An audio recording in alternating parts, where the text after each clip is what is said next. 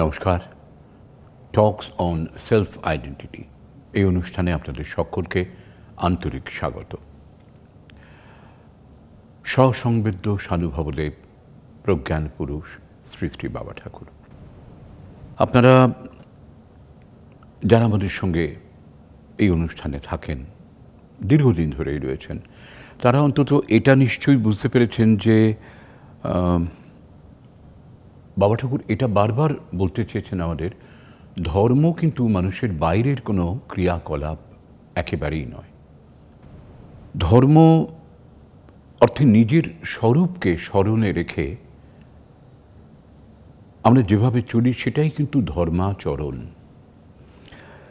ভগবানও কোনো কল্পনার বস্তু নন, আমার থেকে আলাদাও নন তিনি।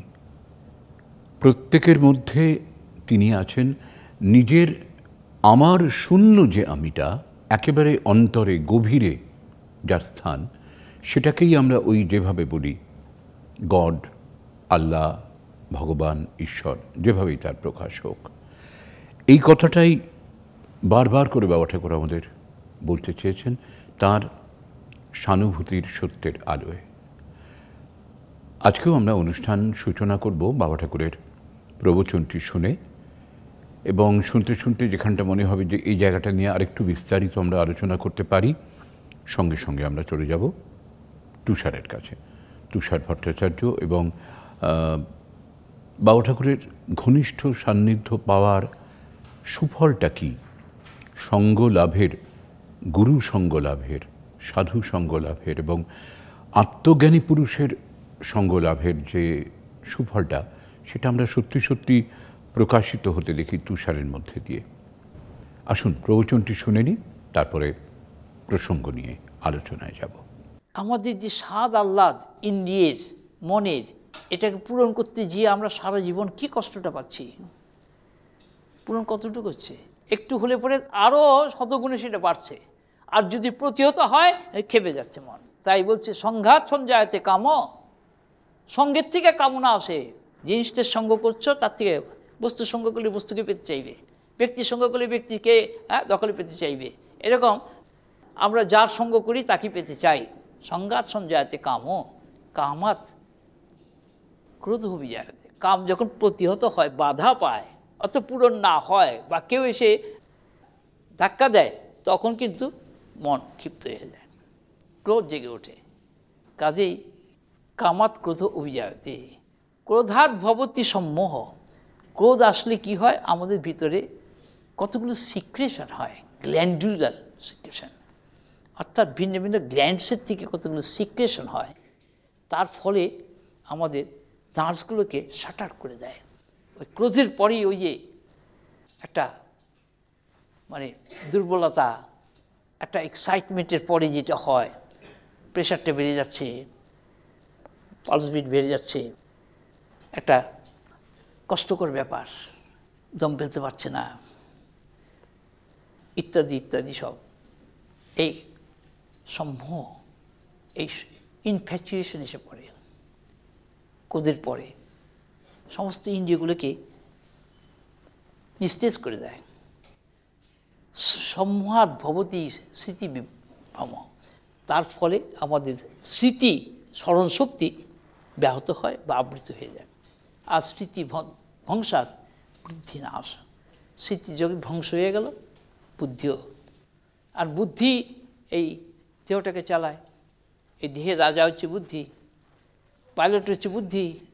সে বুদ্ধি যদি গেল, তখন তো জীবন শেষ হয়ে গেল। বুদ্ধি নাশাৎ প্রাণশ্রুতি। এগুলো ফর্মুলা, কিন্তু এগুলো মুখস্থ করার জিনিস নয়, অনুভব করার জিনিস। কিন্তু শাস্ত্র পড়ে এগুলো অনুভবে আসে না, অহংকারটা বেড়ে যায়। আমি শাস্ত্র পড়ি, আমি জানি, সবাই জানে না, সবাই এই ভেদ জ্ঞানটা আরও বেড়ে যায়। সাধন ভোজন যারা করে তারা মনে করে আমরা শ্রেষ্ঠ, যারা সাধন ভোজন করে তাদের চিতে। এর ফলে হয় কি, সংসারে হয় একটা অশান্তি। বর্তমান যুগে এটা এত বেশি হয়ে চলছে যে বহু লোক এসেছে, তারা অভিযোগ করেছে যে আপনারা কী ধর্ম শিক্ষা দেন, বাড়িতে অশান্তিতে ভর্তি। কী হয়েছে? কয় দীক্ষা নিয়ে এসছে কোত্থেকে, আর এই নিয়ে এসছে রাত দিন বাড়িতে এই হচ্ছে, এই চলবে না, ওই চলবে না, আর বাড়িতে সমস্ত সবার সঙ্গে দ্বন্দ্ব হয়ে চলছে। আমি সত্যি তো এটাকে কিন্তু ধর্ম বলে না, কিন্তু এই ধর্ম আমাদের ফেস করতে হচ্ছে সবাইকে। যারা দিচ্ছে তারা কিন্তু ভেবে দেখছে না যে আমি যে উপদেশটা দিলাম, এই উপদেশটা তার পক্ষে কতখানি কার্যকরী হবে, কতখানি সে সফল হবে, তার পক্ষে সম্ভব কি না, কোন পরিবেশে সে বাস করে, তার কি সংস্কার, তার পরিবেশের কয়জন মেম্বার, তাদের কি নেচার, কিছু জানা নাই। পেল একটা চাকরি পাচ্ছে, তাকে টেনে নিয়ে দীক্ষা দিয়ে দিচ্ছে। কিসের জন্য? তার নাম্বার অফ শিষ্য বানাতে হবে বেশি, তবে সে লোকের কাছে বলছে আমার এত লক্ষ শিষ্য, হ্যাঁ, সেই সবচেয়ে নাকি বড় গুরু। আমি বলি আমি জানি না, আমি গুরু শিষ্যের সংবাদ কিন্তু এইভাবে বলিনি। আমার বক্তব্য হচ্ছে ভগবানের ভক্ত ভগবান স্বয়ং নিজে, ভগবানের মধ্যে দ্বিতীয় কেউ নাই যে কিনা ভগবানকে আলাদা করে জানবে। তাহলে ভগবান হয়ে যায় just like an object of knowledge. আত্মার কোনো প্রতিপক্ষ নাই, ডুপ্লিকেট নাই, তার সাবস্টিটিউট নাই, অল্টারনেটিভ নাই। কাজেই গড ইজ রিয়েলি গড, কিন্তু তার মধ্যে আমরা আবার সৃষ্টি আর সৃষ্টির বৈচিত্র্য নিয়ে এসে তাকে আলাদা করে দিচ্ছি। আবার বলছি গড, ঈশ্বর সৃষ্টি করেছেন, করে কোথায় আছেন? আর তিনি মহাশূন্যে স্বজ্ঞে আছেন। কোথায় সে স্বজ্ঞ? তা তো জানি না। সে দেখো, ধর্ম শিক্ষা নিয়ে বাবা ঠাকুর যে কথাগুলো বললেন, এটা কিন্তু অহরহ ঘটে চলেছে। মানে এই সমস্যা এক কথা বলতে গেলে প্রতিটি ঘরে ঘরে। কী হয়, কোনো মানুষ কারুর দ্বারা অনুপ্রাণিত হয়ে বা উৎসাহিত হয়ে হয়তো দীক্ষা নিলেন। দীক্ষা নিয়ে আসার পরে তিনি বাড়িতে যে আচরণ করতে চাইছেন, তার বাড়ির পরিবেশ হয়তো সেই আচরণের অনুকূল নয়। এটা তো হতেই পারে। এবং তার সঙ্গে সঙ্গে দীক্ষা নেবার আগে তার বাড়ির পরিবেশ সেরকম কিনা, তার পারিপার্শ্বিকটা সেরকম কিনা, তার কাজকর্ম যে ধরনের লোকের সঙ্গে তারা এর অনুকূল কিনা, এইসব নিয়ে তো কিন্তু আমরা ভাবি না। বরং এখন একটা ঢেউ এসেছে যে কোনো না কোনো একজন গুরুর সন্ধান কেউ না কেউ দিচ্ছেন এবং লোকে হুড়মুড় করে গিয়ে দীক্ষাটা নিয়ে ফেলছে আগে, তারপর কিন্তু সামলাতে পারছে না। এবং এরকম গুরুও আজকাল প্রচুর, যারা দীক্ষা দেবার জন্য একদম উন্মুখ হয়ে রয়েছেন বলা যায়। তো এই পরিস্থিতিতে তো সংসারে অশান্তি বাড়বে বই কমবে না। এর থেকে পরিত্রাণ কি? এখন বাবা ঠাকুর বলেন যে বর্তমানে তিনটে মল, ধর্মনীতি, বর্তমানের তিনটে মল। তিনটে মল? মল মল হ্যাঁ, বুঝতে পেরেছি। ধর্মনীতি, অর্থনীতি, রাজনীতি। ওরে বাবারে! এই তিন মলের আবরণে পড়ে মানুষ একেবারে সত্যচ্যুত হয়ে পড়েছে। এখন ধর্মজগৎ যদি আত্মজ্ঞানী দ্বারা অনুশাসিত না হয় তাহলে এইরকমই হবে। আত্মজ্ঞানী যখন কারোকে অনুশাসন দেন তখন তিনি তার অন্তরটা দেখে অধিকারী অনুরূপ তাকে কথা বলেন এবং তার জন্য যেসব নিয়ম নির্দেশাদি তিনি দেন সেগুলো প্রত্যেকের আলাদা আলাদা হয়। মানে যাকে যে প্রকোষ্ঠে মানায় তাকে সেইখানেই স্থাপন। প্রত্যেকের সংস্কার অনুযায়ী তিনি এক একজনকে এক এক রকম নিয়ম দেন।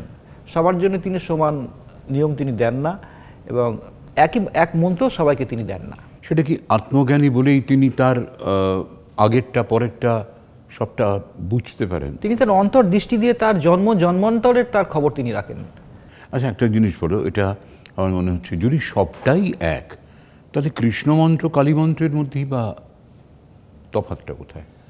সবটাই এক সেটা তো ঠিক আছে, কিন্তু এক সবার জন্য এক নাম নয়, সবার সবটাতে রুচি হয় না, সবার সবটাতে রুচি হয় না। রুচি অনুরূপ সংস্কার অনুরূপ দিলে তার চলার পথটা সুগম হয়। মানে টু বিগিন উইথ শুরুর পথটাতে হ্যাঁ, সেটা হওয়া দরকার। পরে গিয়ে সে বুঝবে যে সবটাই এক।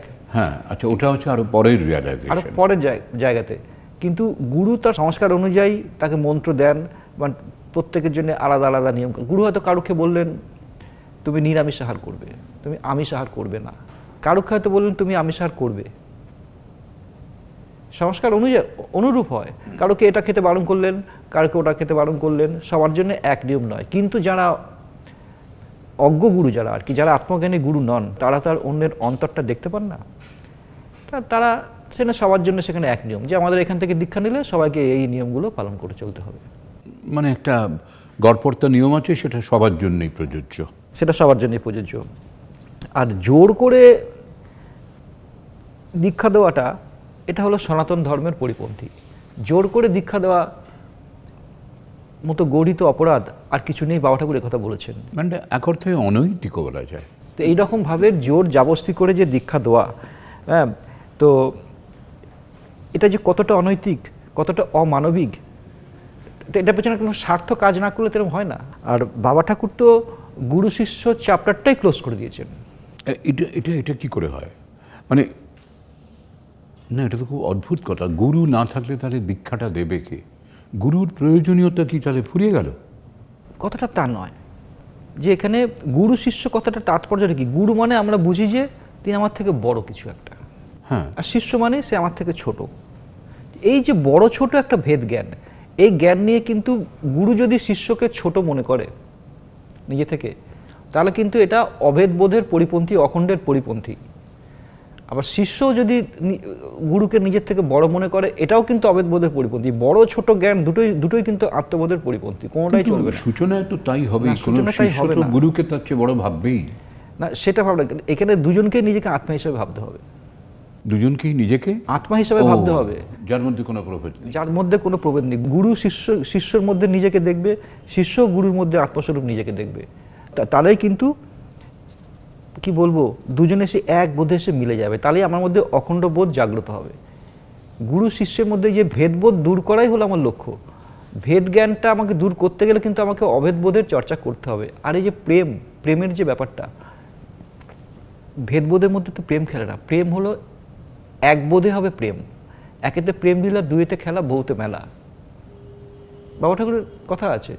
তো এখন এই যে প্রেমের প্রকাশ যদি আমার মধ্যে হতে হয়, গুরু বোধে যদি আমাকে প্রতিষ্ঠিত হতে হয়, গুরুবোধ মানে অখণ্ড বোধ, তাহলে আমাকে অখণ্ড বোধের চর্চা করতে হবে, ভেদবোধের চর্চা করতে হবে না। বাবা ঠাকুর বলেন যে তুমি গুরু তখনই হতে পারবে যখন একজনের সঙ্গে কথা বলার সময় তুমি মনে করবে যে আমি আমার সাথেই কথা বলছি।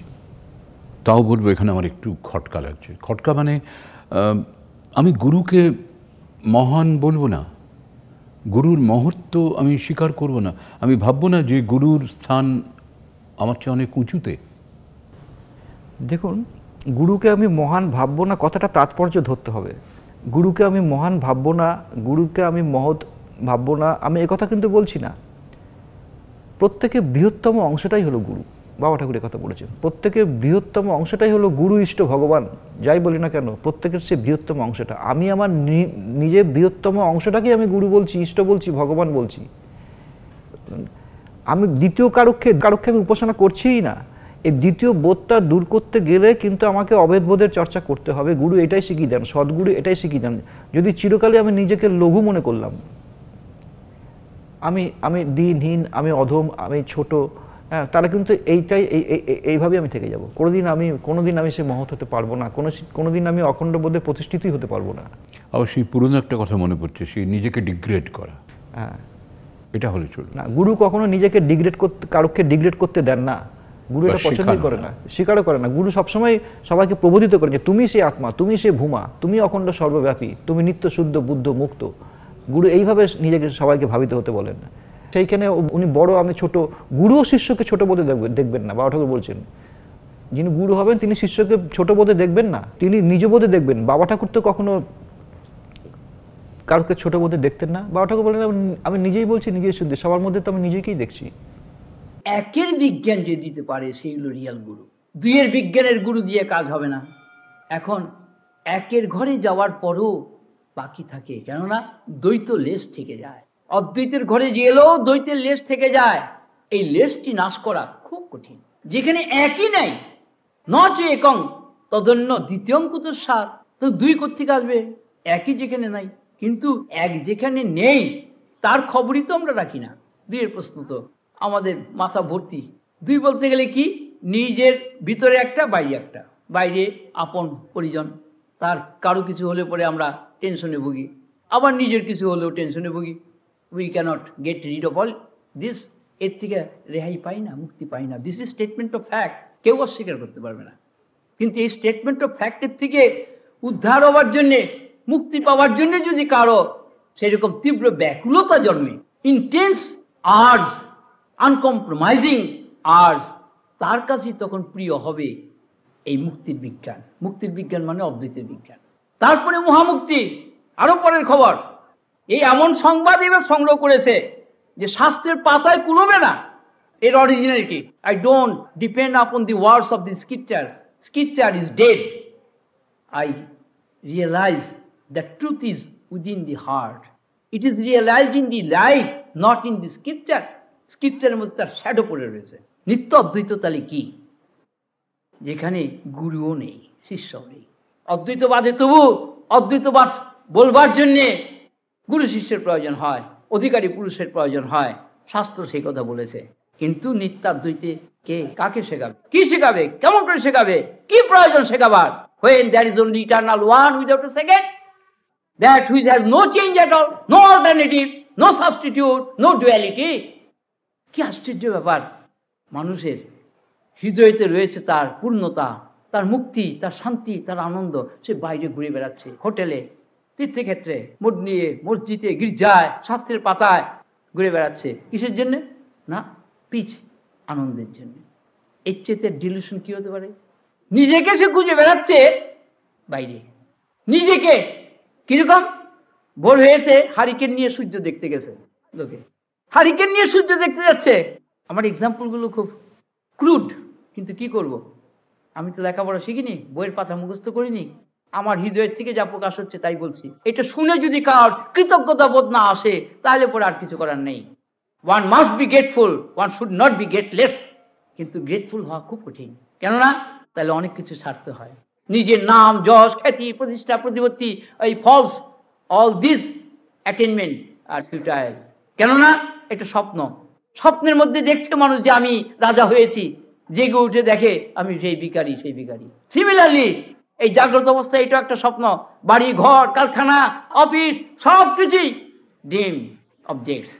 এটি জানা যাবে with the very dawn of self knowledge.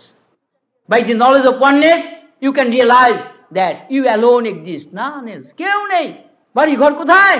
so fantastic। কিন্তু সত্যি দিনের পর দিন এর ভিতরে এই খেলা, রহস্য প্রকাশ হয়ে যাচ্ছে, কিন্তু নেবে না মানুষ। দিন কয়েক খুব ঘরে সাথে সাথে, তারপরে বলে আমার সত্যি একটু মুশকিল হয়ে গেছে, ছেলেটাকে নিয়ে মুশকিল পড়েছি, মেয়েটাকে নিয়ে মুশকিল পড়েছি, নাতিকে নিয়ে মুশকিল পড়েছি, সো অ্যান্ড সো, বাস কাট যাও। আমি তোমাকে আহ্বানও করিনি, আমি তোমাকে বিসর্জন দিতে পারবো না। আমার কাছে ওয়েলকাম করারও কিছু নেই, আমার কাছে রিজেকশনও করার কিছু নেই। আমার গ্রহণও নাই, বর্জনও নাই, তর্জনও নাই, গর্জনও নাই। আছে কি? সমদর্শন। I am playing with my own self. I see my self in each and every expression. সমুদ্রের জল তরঙ্গ লহরী বুদবুদ হয়ে ফুটছে, একই জল। তরঙ্গ যতই উঠুক, লহরী যতই উঠুক, the ocean does not take account of all this. So I do not take account of the manifold creations, whatever may be the character. কিন্তু মুশকিল যে এই কথাগুলি আত্মার জন্যই শুধু বলা, অনাত্মার জন্য না। আত্মাই আপনার কথা অনুভব করে, আর কেউ করে না। আত্মাই বলে, আত্মাই শোনে। কাজে এইখানে আত্মাই বলছে, আত্মাই শুনছে। এখন try to remember whether you are self or non-self. If you are self, you should not bother about non-self. And if you are non-self, you cannot realize anything. কিন্তু if you are a mixture of self and non-self, that is illusion. That is eighty ভ্রান্তি। Self কখনো নন সেলফের সঙ্গে identified হতে পারে না। Self is always অসঙ্গ। অসঙ্গ আর কি? নির্গুণ। সে গুণের সঙ্গে যুক্তই হতে পারে না, সগুণ হতেই পারে না। সেই জন্যে নিত্যাদ্বৈতে বলা হয়েছে ঈশ্বর সৃষ্টি হয়নি, জগৎ সৃষ্টি হয়নি। It is your dream. Very difficult subject, কিন্তু very simple, very easy, because it is only reality. There is no other reality, no other truth. কিন্তু আমরা সত্যের কথা বলি, সত্যতে বাস করি না। অথচ একজন বাবা ঠাকুরকে বললেন, তা আপনি গুরু হননি কেন? বাবা ঠাকুর বললেন, আমি তো গুরুপদ বরণ করেই বসে আছি।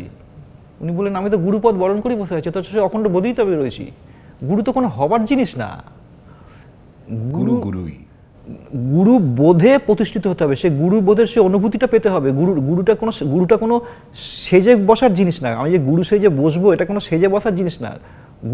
গুরু হলো সে অখণ্ডের অনুভূতি। সে অখণ্ডের অনুভূতিতে প্রতিষ্ঠিত যিনি, তিনি গুরু। এবং গুরু, আর সেই গুরুর কোনো শিষ্যবোধ নেই।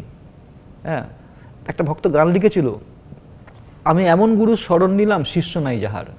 এক ভক্ত এরকম গান লিখেছিল। এই হলো কথা। তো আপনি এই প্রসঙ্গে বাবা ঠাকুরের কয়েকটা কথা পড়তে পারেন।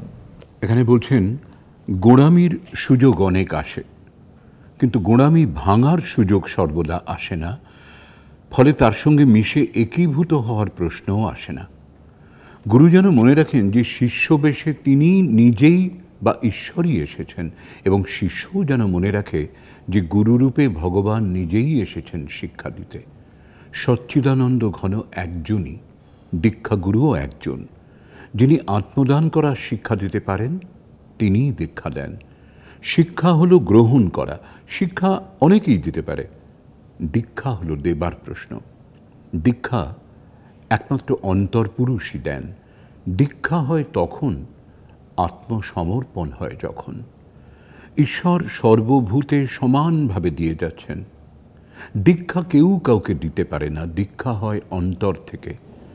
মানুষ নেবার বেলায় আপন করে, দেবার বেলা ছল।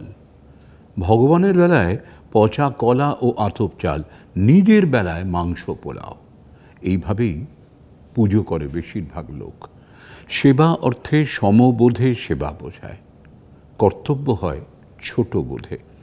সন্তান বাবা মায়ের সেবা করে গুরুজন বলে, মা বাবা সন্তানের জন্য করে, তাদের মঙ্গল কামনা করে, এটা হলো কর্তব্য বোধে করা। গুরু শিষ্যকে সেই শিক্ষাই দেন যেন সমবোধে শিষ্য যেতে পারে। সেন্স অফ ইকুয়ালিটি হলো আউটওয়ার্ডলি, সেন্স অফ ইকুয়ানিমিটি হলো ইনওয়ার্ডলি। আসলে কি বাবা ঠাকুরের কথাগুলো তো সর্ব অর্থে খুব ইউনিক, আনকনভেনশনাল।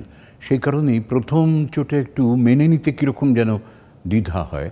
এই যে তিনি বললেন গুরু শিষ্যের সম্বন্ধটাকেই তিনি অবসলিট করে দিচ্ছেন, আলটিমেটলি আমরা বুঝতে পারলাম যে সেটাই কিন্তু পারফেক্ট। তো এই সম্বন্ধ কথার তাৎপর্য বাবা ঠাকুর বলেছেন সমবদ্ধ, এটা হলো সম্বন্ধ, অর্থাৎ সমানতার যে সম্বন্ধ, মানে সমানতার যে, মানে একটা বদ্ধতার মধ্যে নিয়ে আসছি, সেখানে সমতা আছে। সবার সাথে যে আমি এক, সবার সাথে যে আমি সবার সাথে সবার যে একটা সমান রিলেশন, সবার সাথে যে আমি আপন বোধের দ্বারাই কিন্তু সবার সাথে আমি কিন্তু একতার সম্পর্কে আমরা প্রতিষ্ঠিত আছি, এইটা অনুভব করতে হবে। এই বদ্ধ ভেদবোধের যে রিলেশনটা, সেটা কিন্তু মায়ার সম্বন্ধ। আর অভেদবোধের যে সম্বন্ধটা, এটা কিন্তু মায়ার সম্বন্ধ নয়। অর্থাৎ আবারও সেই কথা যে আত্মার কোনো প্রতিপক্ষ নেই, আত্মার কোনো ডুপ্লিকেট নেই, আত্মার কোনো সাবস্টিটিউট নেই, কোনো অল্টারনেটিভ নেই।